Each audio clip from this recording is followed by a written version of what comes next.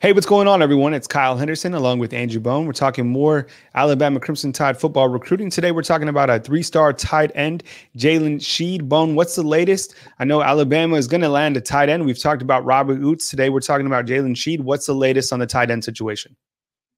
Well, you're right. I do think Alabama, gets tight end in this class. I don't think they get two tight ends. I think they're only going to take one, just because the numbers are so tight right now. I think one tight end is kind of the max at this point. But Jalen Shead put out his top three on Monday.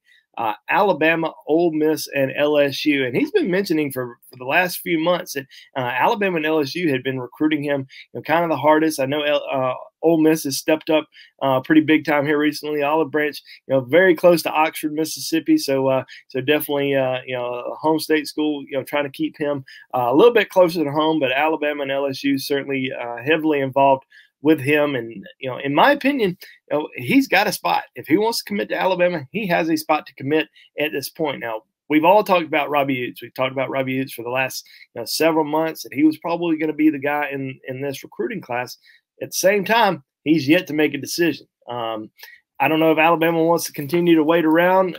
They might, but in my opinion, I think it's going to come down to who commits first. Is it going to be Jalen Shead or is it going to be Robbie Utes? Now, we recently spoke with Robbie Utes, and he said that he might decide sometime in September. So if he commits before Jalen Shead does, I see Shead going elsewhere. But if Jalen Shead thinks, well, I want to go ahead and jump on board, let's go ahead and jump on board and secure a spot. But I definitely think as of right now, it's whoever decides to commit first. It's not, all right, let's wait and see what happens with Robbie Utes. And if he goes elsewhere, then we'll take Jalen Shead. I don't think it's like that at all. I think it's 100% whoever commits first at this point. What type of player is Shead, and how does he compare to Robbie Oots? I'm curious to get your take on that. I was watching Shead's highlights and really liked what I saw from him. Looks like a tight end who could not only catch the football, but can also kind of block on the edge. Yeah, he didn't have a lot of stats during his junior season. Catching the ball. Very, very limited stats. Now you'll see some highlights where he is catching them, but that's almost about the only highlight you'll see throughout his whole season. He's used more as a blocking tight end. He's a big kid, 6'4", about 235 pounds. Knows how to block extremely well.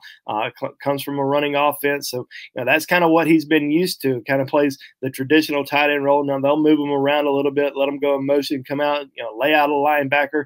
But he's just a very physical guy. I think he can still improve on his technique a little bit, but from a physical standpoint, playing in a run-oriented offense, that's really going to help him out at the college level because he's already used to blocking. And like I said, he's got the athleticism, the size to go out, catch passes, and that's something that Alabama's really looking for. I mean, very similar to Robbie Utes. I mean, both of them are physical blockers. They can both go out and catch the ball. They're not going to beat you with their speed, but they certainly can go out and make plays and can get open. That's the biggest thing. But with Alabama being a very physical offensive football team, they certainly want their tight ends to be able to go out there and block. And Jalen Shead's been doing that for the last couple of years. I would assume that Jeff Banks is his lead recruiter. Does that make sense? Well, he's one of them. He is the tight ends coach, and tight ends coach has a hand in everything. Freddie Roach is the lead recruiter for Jalen Shead. So they've had a relationship for the last couple of years, since Freddie Roach was at Ole Miss. So they've had a relationship for a long time. But him and Jeff Banks both tag teaming on Jalen Shead, and certainly a guy that they like a lot. And as I said, if he decides he wants to go ahead and commit first before Robbie Utes does, he's going to have a spot. When you look at guys that Alabama needs to get on the offensive side of the ball, how vital is it that Alabama adds a tight end? I know we've talked about, the quarterback position being the Alabama somewhat stacked at that role. Same with the running back position. Is it vital that Alabama adds blocking tight end or a kind of possession type tight end in this class of 2021? Yeah, I believe so. I mean, you look at last year's recruiting class, and Alabama did strike out on a few guys. I mean, they were very high on Eric Gilbert's list. Darnell Washington, another guy that also had Alabama, as one of his top 3, top 4 schools. They missed out on those guys. So trying to get at least one tight end in this year's class, and Jalen Shead Robbie Utes, certainly the two guys that Alabama's been focused on for the last few months. And so I think it's very important for them to get a tight end this year. They did get a tight end transfer, Carl Tucker from North Carolina on board, but this is definitely a big year for them to get a tight end, to go along with Caden Clark from last year's recruiting class. I'm curious to get your take. Freddie Roach, first year back at Alabama. What is your take on his recruitment so far? And what have you heard when talking to some of these prospects about his recruiting style and what he's bringing to Alabama, not only as a defensive line coach, but out on the recruiting trail? Well, young, energetic, always has a good mood, always has a smile on his face, and certainly a guy who knows what it takes to play at the highest level. And he was an awesome player at the University of Alabama, and now he's recruiting kids to Alabama. And, he's already off to a pretty good start. Flipped Kadarius Callaway away from his commitment to Mississippi State. Has landed two defensive linemen in Anquin Barnes and Damon Payne, who committed a couple weekends ago. So great start so far for Freddie Roach, and we'll kind of see how he does moving forward. In terms of a timeline for Jalen Shead, what's it looking like? I know you talked about Robbie Utes earlier. In terms of Shead, when does he make that announcement to where he will be headed for next season? He hasn't said just yet when he's going to make a decision, but I think there could be a little bit of pressure on him. We've started seeing kids, narrow down when they start narrowing down their list from a top 5 or top 6 to a top 3, or maybe even a top 2. We start seeing commitments happen, maybe within the month. So would not be surprised if we saw something happen with him relatively soon, even though he hasn't said anything just yet.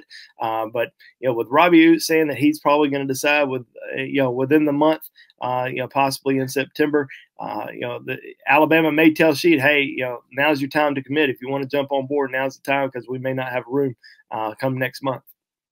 Well, when we look at the college football spectrum, we're not sure what's going to happen. Today is August 10th of 2020.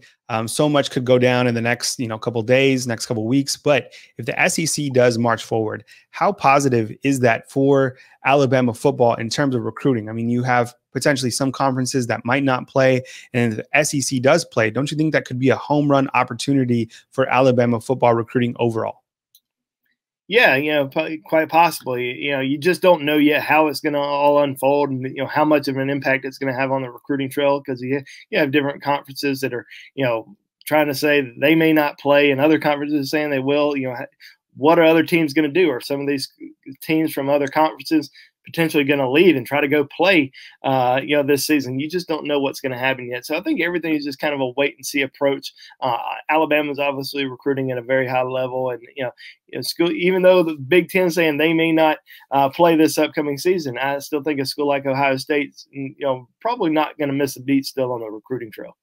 Good stuff. For more recruiting coverage on the Alabama Crimson Tide, head on over to BamaInsider.com. The free promo code is simply Roll Tide at checkout. He's Andrew Bone. I'm Kyle Henderson. We'll catch you next time right here on BamaInsider.com.